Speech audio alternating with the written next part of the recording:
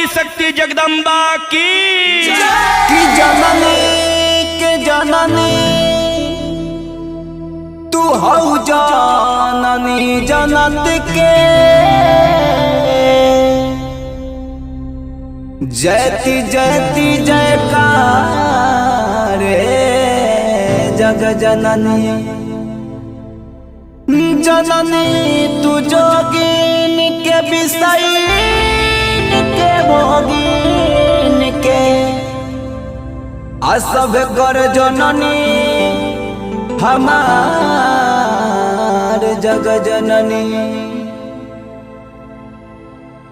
नवरात्र के समय भैया देखिए एगो भक्त माई के दरबार में जाके माई से गुहार लगावता, का कहता कैसे कहता गाना के माध्यम से सुनी सभे।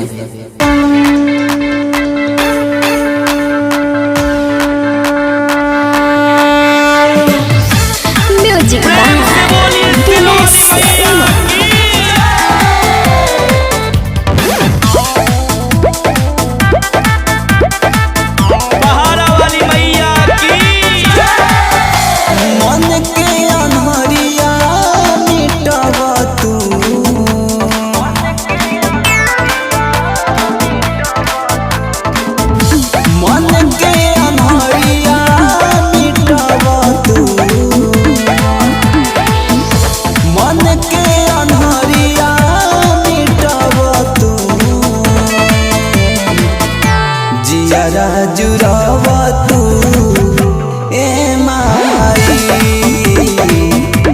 जियारा जुरावा तू ए माई।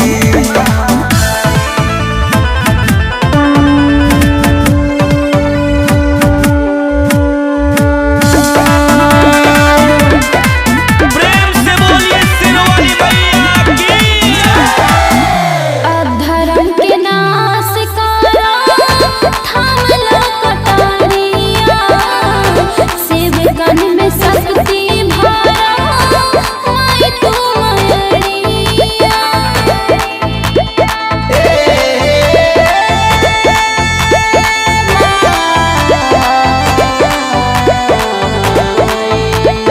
अधर्म के नाश करा थामला कटारिया, सेवकन में शक्ति भरा माई तू मयरिया।